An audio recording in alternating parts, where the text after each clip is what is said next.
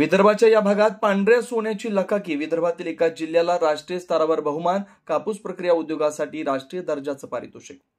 राष्ट्रीय आणि आंतरराष्ट्रीय स्तरावर महाराष्ट्रानं विविध क्षेत्रात प्रगती केली आहे। कृषी क्षेत्र सुद्धा यात मागे नाही। अशा या महाराष्ट्राच्याच विदर्भातील एका जिल्ह्याला राष्ट्रीय स्तरावर बहुमान मिळालाय। हा बहुमान मिळालाय तो म्हणजे पांढऱ्या सोन्यामुळे। एक जिल्हा एक उत्पादन 2024 मध्ये महाराष्ट्राला अ श्रेणीत सुवर्ण पदक मिळालंय। अकोल्याच्या कापूस उत्पादनांना राष्ट्रीय स्तरावर ओळख मिळाली आहे। कापूस प्रक्रिया उद्योगासाठी अकोल्याला हे राष्ट्रीय दर्जाचं पारितोषिक मिळालंय। एक जिल्हा एक उत्पादन 2024 अंतर्गत महाराष्ट्रानं उल्लेखनीय कामगिरी केली असून राज्याला अ श्रेणीतील सुवर्ण पदक प्राप्त झालंय।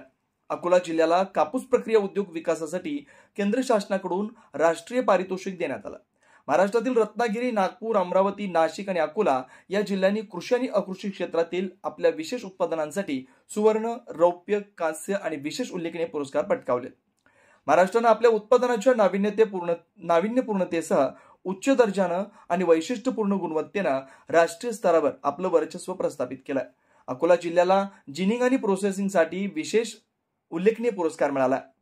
अकोल्यात सुमारे 100 जिनिंग आणि प्रेसिंग फॅक्टरी असून 4 सूतगिरण्या। कापूस उत्पादन आणि प्रक्रिया क्षेत्रातील अकोल्याची प्रगती आणि औद्योगिक विकास यामुळे हा पुरस्कार अकोल्याला मिळालाय। यामुळे आता कापड उद्योगाला चांगली चालना मिळणार असल्याची प्रतिक्रिया अकोल्याचे जिल्हाधिकारी अजित कुंभार यांनी दिली आहे।